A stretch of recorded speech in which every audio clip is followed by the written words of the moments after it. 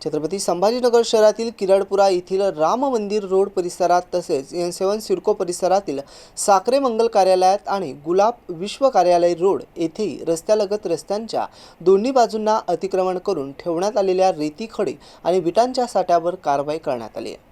महापालिका आयुक्त अमोल येडगे यांच्या आदेशान्वये तसंच मुख्य अतिक्रमण नियंत्रण अधिकारी संतोष वाहुळे आणि उपायुक्त सविता सोनवणे यांच्या मार्गदर्शनाखाली महानगरपालिकेच्या अतिक्रमण निर्मूलन पथकाने शहरातील रस्ताबाधित अतिक्रमणांवर धडक कारवाई करत मोठ्या प्रमाणात रेती, खडी, विटा आणि बांधकाम साहित्य जप्त केलं।